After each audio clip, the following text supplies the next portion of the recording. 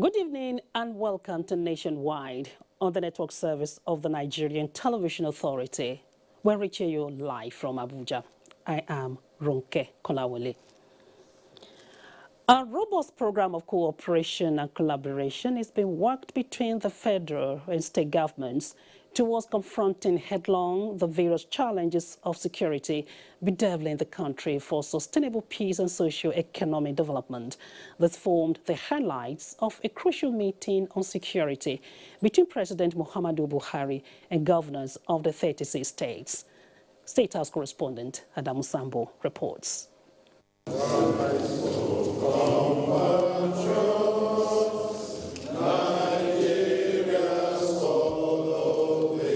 This is the first formal engagement between President Muhammadu Buhari and all the state governors since the beginning of the next level agenda.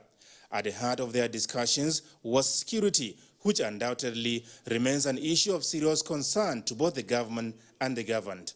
During the closed-door meeting, also attended by the service chiefs, the Inspector General of Police, and heads of other security agencies, the president was brought up to speed by the governors on the enormity of the prevailing challenges. Most importantly, the concerns of the Nigerian people as regards rural banditry, farmers-herders clashes, kidnapping, militancy in the Niger Delta, terrorism and insurgency, as well as cultism were thoroughly analyzed and areas of collaboration fashioned out on the best way forward. And of course, Mr. President made it clear to us that we all knew he campaigned on the basis of security, economy, and accountability, and that these things are still the most germane issues on his agenda, and he will work with us to address questions of intelligence, of broadening community policing, of ensuring inter-service coordination among the various security agencies, strengthening the criminal justice system, of working with our states innovatively on mechanisms for addressing these issues. Participants made suggestions for, amongst others, a special public-private security trust fund towards increasing the resources available to security institutions for effective service delivery. Consequently, the governors agreed to hold an extraordinary meeting of the National Economic Council to comprehensively address this and other related issues. This issue tease out specifically quick wins and quick responses that can reassure and build the level of confidence of our own citizens. Because even in areas where significant progress has been made, the stabilization activities that must continue is critical to eventual resolution of these challenges. Rehabilitation, resettlement, and all those elements of stabilization activities must be brought to bear in order for us to have sustained peace over the long term. The meeting also provided the opportunity for the governors to once again thank President Muhammadu Buhari for his magnanimity in providing at various times multiple financial support and other special interventions to the states, without which they say the security situation could have been worse. From the State House, Adamu Sambu, NTA News.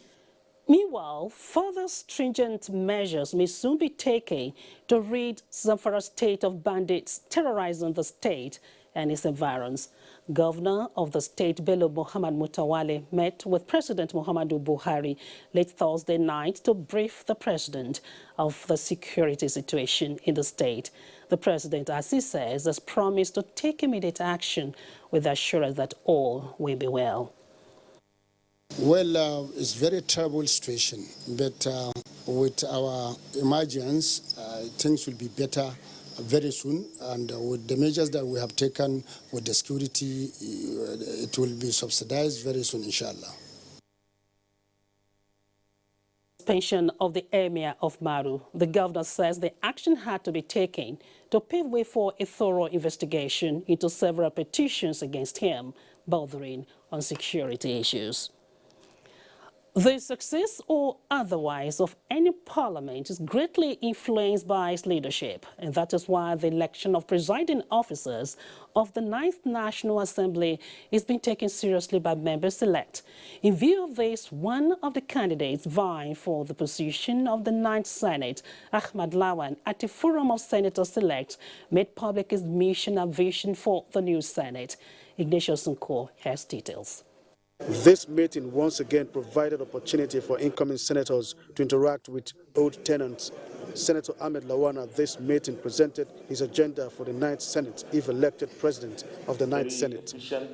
He listed security, improving the economy, anti-corruption, improved health and educational sectors as some of his major areas of intervention as captured in the 20-page booklet. So we have to work with the executive to ensure that we provide the legislative intervention. Part of it will be budgeting in time to have a very predictable budget cycle to make sure that we rise above the challenges that we have met on the ground. To use the legislature to better Nigeria. The senators shared in the vision of the candidate. And we expect to perform optimally because the cooperation and the cohesion is already here, and we expect it to continue. Is someone that is well experienced in the art of legislation. So it's a sign of a good thing to come. A patriotic leader, a leader who is determined to move the country forward. We have no doubt in his ability. But if we are united Nigerians, we should work as a team, we should work as brothers, we should work for the interests of Nigeria. Senator Ahmed Lawan described his endorsement by Senator Danjuma Goje as a show of solidarity and selflessness. From the National Assembly, Ignatius Nko, NTA News. The National Assembly in the last 20 years of Nigeria's democracy has been given a pass mark. Guests on Good Morning Nigeria noted that though the 8th National Assembly may not have a 100% scorecard, the legislature, however, must be commended in the sustenance of democracy. While citing a few bottlenecks encountered in the process of lawmaking, guests on Good Morning Nigeria noted that the 8th National Assembly has indeed recorded an enviable level of milestones. The 8th Assembly was able to do constitutional alteration. At least now, we have altered the Constitution. We have been able to bring in the not too young to run bill. Look at even the minimum wage that people talked about. The proposal from the executive is 27,000. It is the National Assembly that opted to 30,000. There are places where, for example, there is this deep-rooted zoning. Somebody will tell you, I can't go for more than 2 terms. Some people is even 1 term. There are constituencies that is only 1 term. Nobody has ever gone 2. So these are also nuances that we must, take note of as a critical challenge for this particular institution. They recommended better synergy of both the legislature and executive, which they say will always help in the speedy passage and implementation of the national budget. I think the major problem is the fact that the executive doesn't sit with the legislature before bringing this bill to the National Assembly. Some directors are powerful enough to commandeer projects to their own localities. And, senators were empowered, elected to deliver democracy dividends to their constituents are left dry and high. That should not be so. But it should not also be so that senators and members of the House of Reps should insist on having projects that are better, within the purview of local councils and state governments to insist on such projects being on the national budget. The guests agreed that though the legislature is largely misunderstood, Nigerians should keep faith with the legislature and their resolve to providing a better democracy. In Abuja, Daniel Adiriye, NTA News. Elsewhere, the People's Democratic Party's Governors Forum has condemned in very strong terms the alleged diversion of local governments, declaring support for the new guideline by the Nigerian Financial Intelligence Unit, NFIU. This was part of the resolutions reached at the end of the forum's meeting held in Abuja. Timothy Yusuf reports. The meeting held at the Bayelsa Governor's Lodge in Abuja ended with an 8-point communique, which includes declaration of support for the establishment of state police as a response to the fight against insecurity in the country, readiness to pay the new minimum wage to workers, and the call for review of the constitution to accommodate a fresh revenue formula in the country. We, as governors of the PDP, want to make it clear that no PDP governor, no governor elected under the platform of our party, is involved in this allegation of diverting local government funds. The forum also commended the judiciary for exhibiting what it described as uncommon courage and professionalism in the discharge of its responsibilities.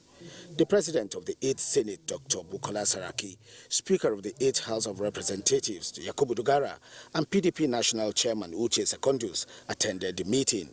In Abuja, Timothy Yusuf, NT News. Preparations have heightened ahead of the June 12 Democracy Day celebrations in Abuja. Anthony Forson reports that chairman of the main organizing committee and secretary to the government of the Federation, Boss Mustafa, alongside chairman publicity subcommittee Lai Mohammed, were at the Eagle Square to assess the level of preparedness for the grand occasion. Thursday's early morning rain did not hamper the process of the preparation as the bandmen took space here and reeled out their tunes unhindered.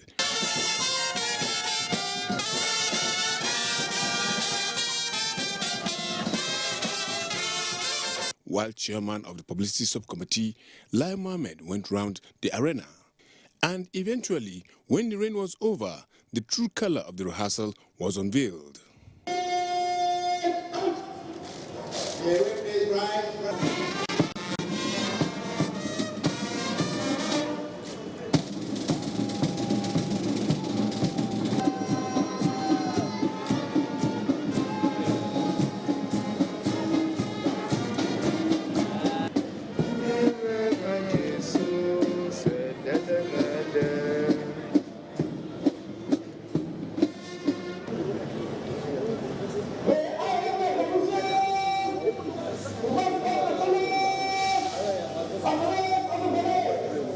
Then came chairman of the main organizing committee alongside Lai Mohammed and former Minister of Education, Malam Adamu Adamu.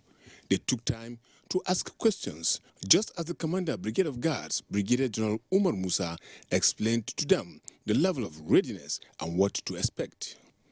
In the end, Boss Mustafa spoke to newsmen. So far, the preparations are going on very well.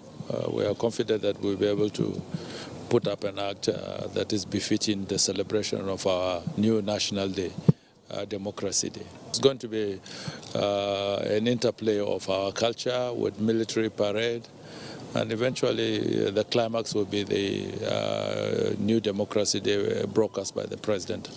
And I believe that Nigerians are expectant and they would not be disappointed. June 12 as Democracy Day will be celebrated for the first time come Wednesday in Abuja. Anthony Forson, NTA News. Jennifer has the next set of stories in Lagos studio. Hello, Jennifer. Hello, Ronke, and welcome to Lagos. Empathy towards the citizenry has been singled out as a major prerequisite for good leadership. Young entrepreneurs at a one-day summit organized by the John Maxwell Leadership Training in Lagos were guided by resource persons on how to imbibe this trait. Tunde Saiki reports. One of the basic leadership shortcomings in the society experts identify is the tendency of not always identifying with the challenges of the people. This oversight often leads to underperformance in governance. In order to manage or avoid this scenario, leaders must become emphatic by engaging subordinates on a regular basis on ways to connect with citizens towards development. We want leaders who can listen to their employees, to their friends, to their peers, to their parents, and to those who are around them, to be able to ask good questions, to be able to listen to them, show compassion. We need to train ourselves and say, look, stop losing your cool at everything. Calm down and then do what you have to do. Some participants noted that the training has further exposed them to more knowledge on how to be good leaders and problem solvers. The image of my organization has a lot to do with me, with my person, with my image.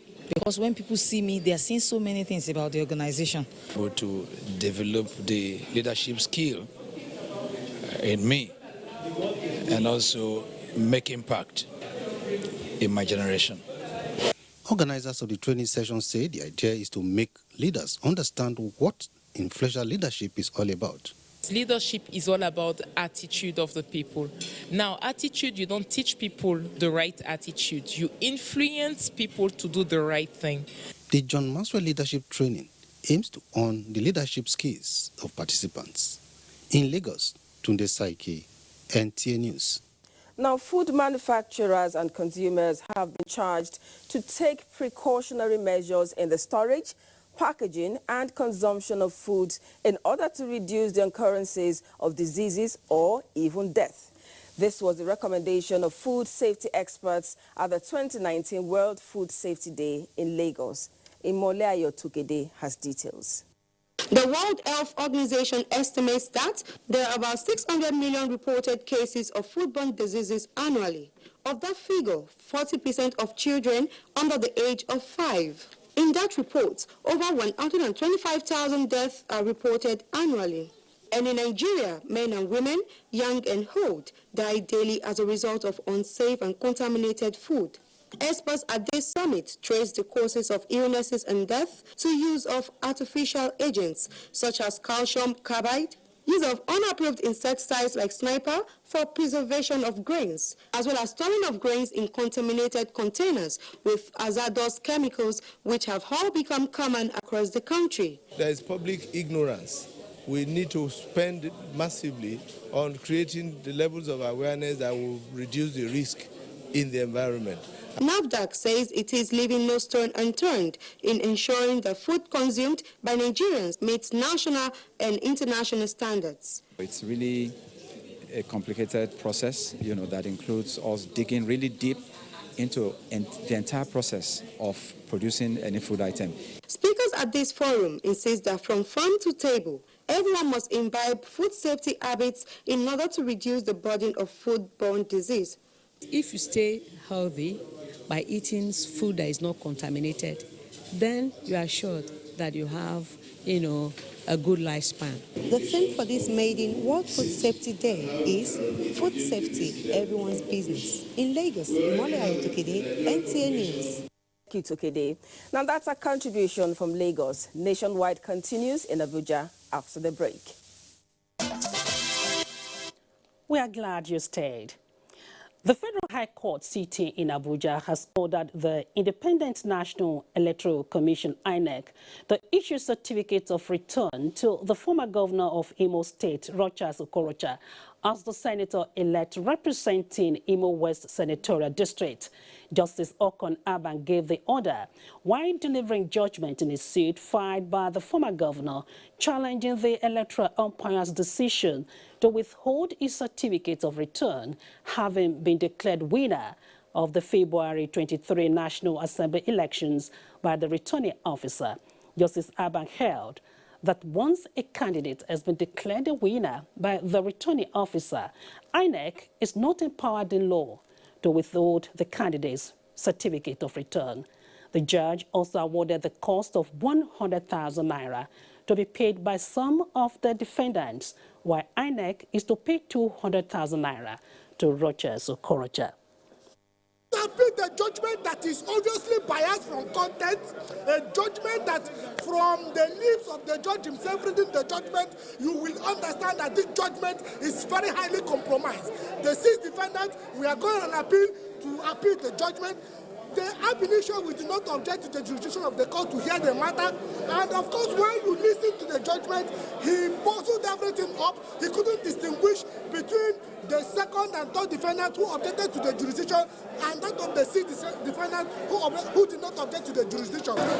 This is sad, a very sad day in this country. But I'm happy that the judge knows that he doesn't have the last say. And look at the last comment, that we should pay 100,000 to the plaintiff when he knows that we will never see the plaintiff in order to forestall appeal. That is a wrong judgment, but God will yet speak because God has the last say. Trust me on this. This is a novelty. Justice has been done. Nigerian electoral, legal, and judicial process has been reset. Justice Abang has done judgment today. In the same vein, the Federal High Court has ordered status quo on the withdrawal of the operating license of AIT over alleged breach of broadcasting code. Justice Inyang Eko gave the order this Friday in an ex parte application brought by AIT counsel Mike Ezekume, senior advocate of Nigeria. Justice Eko also ordered the National Broadcasting Commission, NBC, the Federal Ministry of Information and Culture, the Attorney General of the Federation, to appear on Thursday, June 13, to show cause why the motion on notice challenging the action of the regulatory agency should not be granted. Counsel to AIT, Mike Ezekume, in ex parte application asked the court to order status quo ante pending the determination of the main suit. The NBC, in a letter dated May 27, 2019, accused Dar of breaching the Nigeria's broadcasting code with his Kakaki and other programs and subsequently withdrew his license. In the suit against the NBC, the Federal Minister of Information and Culture, and the Attorney General of the Federation, AIT claimed that it has, since the license of its television and radio stations, been conducting its operations in line with Section 22 of the 1999 Constitution. In the light of this, it asked the court to make an order restraining the defendants from blocking, jamming, stopping, removing from air, and interfering with its airwaves. Let's go straight to Benin, where Agatha is standing by with more reports on Nationwide. Hello, Agatha. Okay, good afternoon and a warm welcome to Benin. The governments of Edo and Delta states have agreed to strengthen economic ties with particular focus on security and power generation. This is the outcome of the meeting between Governors Godwin Obaseki and Ifeanyi Okowa at the Government House at Sabah. Goodluck Inaini reports. Governor Obaseki and his Delta State counterparts are working out strategies to make both states an economic powerhouse in Nigeria by exploring the opportunities that abound in the two states. One other decision taken by the governors is to work with the government of Ondo and Ekiti states, who are also shareholders in the Benin Electricity Distribution Company, to ensure power availability. The meeting also called for the inauguration of the Advisory Committee of Governors for Niger Delta Development Commission, NDDC, to ensure an improvement in the governance of the agency. The SFGs of both states will work closely over the next few weeks to come up with a working agenda. Governor Okowa, who describes the idea as laudable, believes that it will help to address greater economic issues. Now we are going to actually urge adepts of North to speedily fast-track the processes because they are in charge of the boundary committees of both states. The governors also agreed to highlight some of the concerned areas on security matters affecting both states at a meeting with President Muhammadu Buhari from Asaba. Goodluck Inaini, NT News. Religious leaders have been tasked to intensify efforts at sustenance of religious harmony and entrenchment of an enduring peace in Ondo State and the country in general. Governor Oluwarotimi Akeredolu was speaking at the inauguration of new members of the Nigeria Interreligious Council, Ondo State Chapter. Olubukola Aduwo reports. Addressing the 16 leaders of both the Muslim and Christian faith, Mr. Akeredolu tasked them to boost religious values between the people and governments. The governor, who emphasized that the body is a great weapon in the end of government in the continuous promotion of the two major religions, urged the leaders to always give support to the vulnerable in the state as part of their mandate. Also, entrenched to entrenched cordial relationship between religious group and government. The government wants to live at peace with every religious group. The religious leaders pledged their readiness to support government in sustaining peace in the state. In the two bodies, both Muslim and Christian, to see for their affairs, to control the situation among the Christians, and to make sure we lead our people so that they will know the meaning of peace. We are going to work according to the will of God to make sure that we move this state forward. The Nigeria Interreligious Council, established by the federal government 20 years ago, was inculcated in various states of the Federation to help in entrenching religious understanding and peace in the society. In Akure, Olubukola Aduwo, NTA News. And to legislative matters now, Edo State 6th Assembly held its last plenary session, with members recounting their experiences and achievements in the last 4 years. The tenure of the 6th Assembly terminates 12 midnight this Friday, the 7th of June 2019. The valedictory session by the lawmakers is to officially bring the Assembly to a close. The Speaker, Ajoto Kebiru, gave each of the 24 lawmakers the opportunity to speak on their experiences as representatives of their various constituencies. The Speaker's valedictory speech scored the performance of the 6th Assembly high, attributing this to the over 70 bills passed into law and the over 190 people-oriented motions addressed. The state passed the state's annual budget for the period under review on record time, before December of every year. The 6th Assembly comprises of 23 males and 1 female. With the end of this assembly, the House will not have a female representative. It's very sad that there will be no woman in the next assembly. Very, very sad indeed. But that's a clarion call for all women to come together, work together, and with that we can be more productive. Out of the 24 lawmakers in the 6th Assembly, only 9 have been re-elected as members in the 7th Assembly. In Benin, Obahi Otoba Presai, NTA News. And the Esogba of Benin Kingdom, Chief David Edebi, wants the federal government to immortalize the late Chief Anthony Enahuru, who was at the forefront of Nigeria's struggle for independence. He said this at a press conference in Benin. Bukola Rubusi reports. Chief Edebi used the medium to congratulate President Muhammadu Buhari for the success of the 2019 general elections, his victory at the polls, and a successful inauguration. President Muhammadu Buhari has shown that he is not just a patriotic Nigerian, but a nationalist to the core. He also noted that the immortalization of late Chief Enahoro is long overdue. We believe that Chief Anthony Enahoro is eminently qualified for a posthumous honor for measuring with his selfless and patriotic services to the country. Late Chief Anthony Enahoro was a journalist, politician, and eminent nationalist fighter who became the first to move the motion for Nigeria's independence in 1953, which was eventually granted in 1960 after several political setbacks and defeat in parliament. The event was organized by Castle of Legend Initiative, chaired by the Esogba of Benin, Chief David Edebi. They are charged with the aim of promoting and encouraging acts of heroism and patriotism. In Benin, Bukola Urubusi, NTA News. And that ends our package. Ronke, you're on. Thank you, Agatha. The Senior Special Assistant to the President on Media and Publicity, Garuba Shehu, has reacted to articles in two business magazines, the Financial Times and The Economist, which it says paints Nigeria in a negative economic light.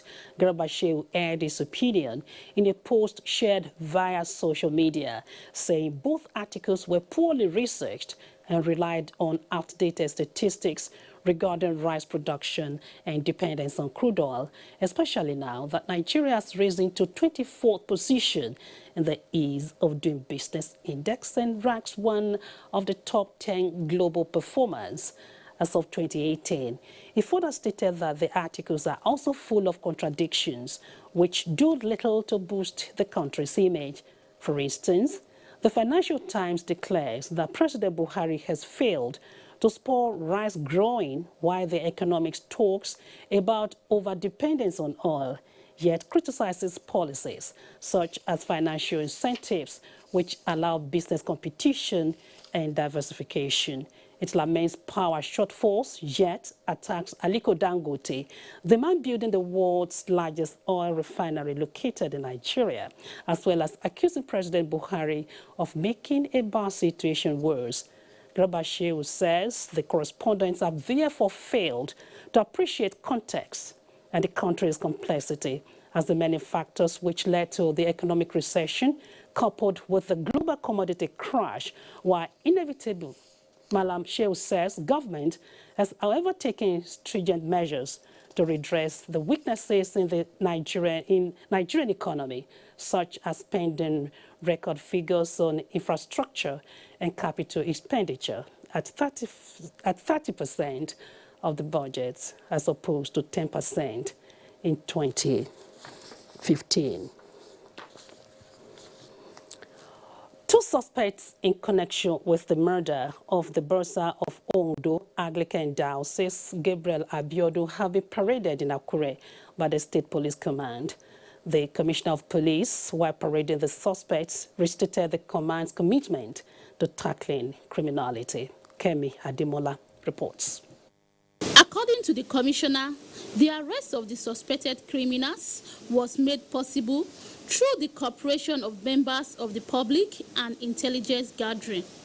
The two suspects are Martins Adetoye, an herbalist, and Lawrence Adebayo. Also paraded are two security guards who allegedly abducted and murdered their boss and his daughter at Akiton Estate, Akure. It was under the influence that it warranted them to kill the man. The command wishes to reassure members of the public of its resolve to rid the state of all forms of heinous crimes. In doing this, the command does not and will not deal with acts of criminality on the basis of tribe, religion, or gender.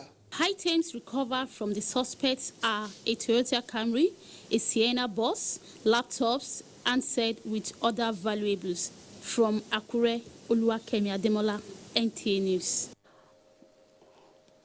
Meanwhile, the Nigerian army is deploying more troops and equipment to step up internal security operations in the northwest. What is the impact of this development on the socio-economic activities in the region? Defense correspondent Ismail Musa, who accompanied the Chief of Training and Operations, Major General Lamidi Adeosun, to Zamfara and Katsina states, has the answer. Socio-economic activities in parts of Zamfara, Katsina and Sokoto states paralyzed in recent times by bandits, kidnappers and cattle rustlers. These criminals invade towns and communities mostly on motorcycles, killing and displacing thousands of people. Though a Salah festival, the Chief of Training and Operations, Major General Lamidi Adeosun, is here to felicitate with troops, assess their disposition and operations. We must be confident in ourselves. We must be confident in our weapons. The rifle must be serviceable at all times. And you must get rid of these bad people rather than allowing them to come forward and get rid of the innocent Nigerians. The representative of the Army Chief visited and appraised troop locations in Yergamji, Batsari, Kauranamuda, and Gusau Zurumi Jibia Road in Zamfara and Katsina states. These are Nigerian and Niger troops on a joint patrol on Nigerian and Niger border, one of the dangerous routes in this area. The deployment of troops have enhanced the resumption of socio-economic activities in most of our communities. We are pleased with the usual rapid response to threats by these soldiers. We are grateful. Major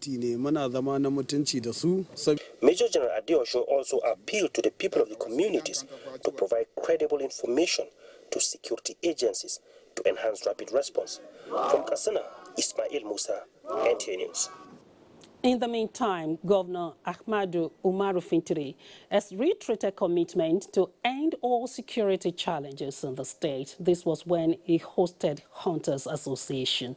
Yusuf Jika tells us more. Governor Ahmadu Umaru Fintiri told the Hunters Association that the state is already working on security architecture to ensure provision of adequate security of life and property of the citizens. He warned groups and individuals against any security threat, as no security breach will be tolerated in the interest of peace of the state. Ahmadu Umaru Fintiri, while commending the brevity of hunters in complementing the effort of security operatives, assured them of his support at all times. Zona lafiya da makwabtanmu, mu kawo zaman lafiya kuma mu yi kiwon juna, mu ga cewa kowa ya barci da idanunsa biyu a rufe. The Helema State Chairman, Hunters Association of Nigeria, Usman Muhammad Tola, promised to sustain its effort of providing security cover in the society.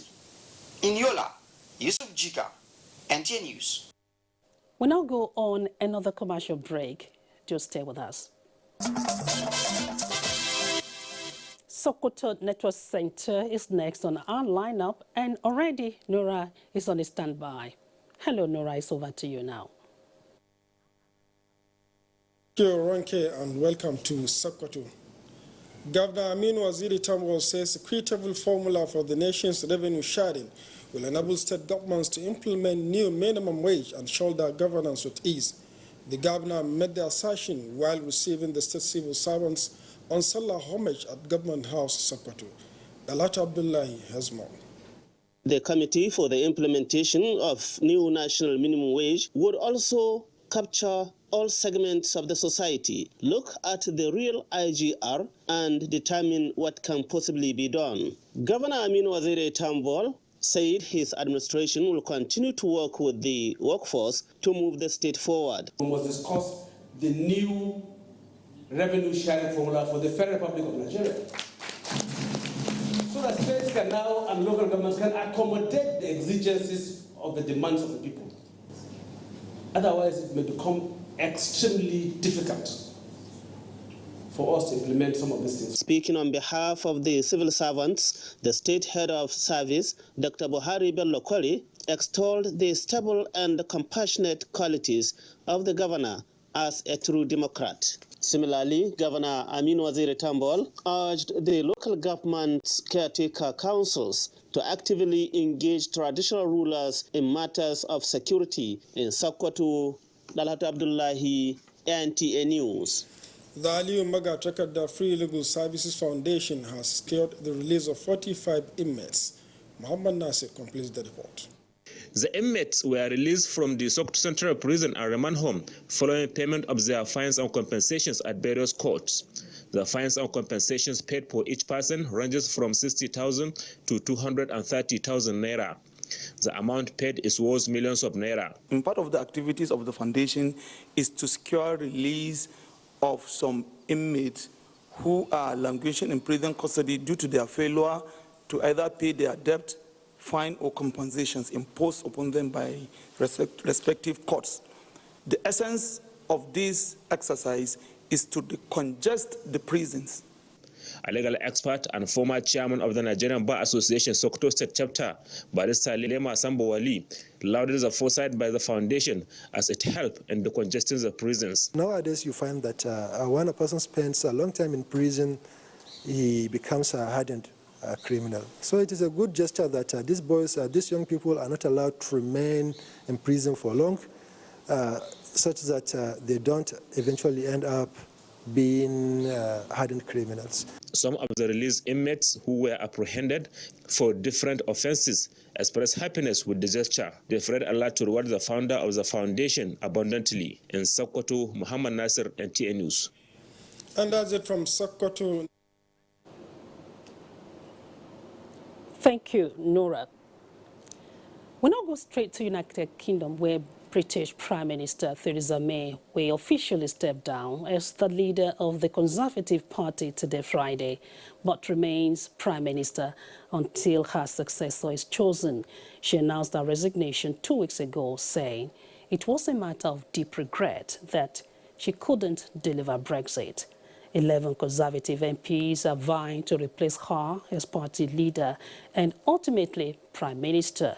Winner of the contest is expected to be announced in the week of 22 July. Mrs. May remains acting party leader during the leadership election process.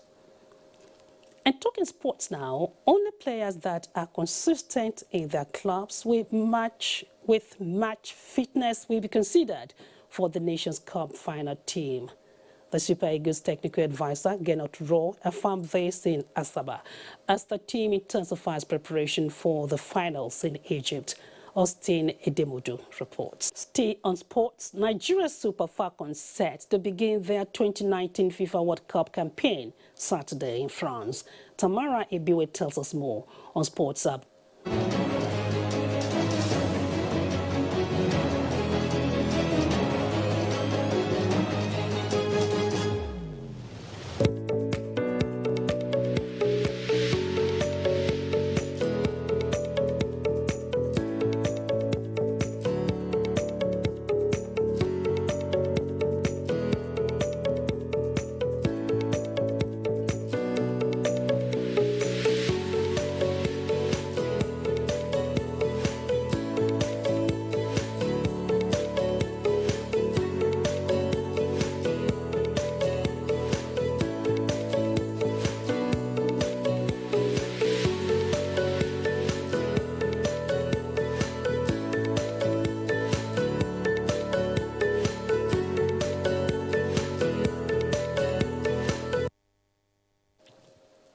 That's it on Nationwide this Friday on NTA Network Service.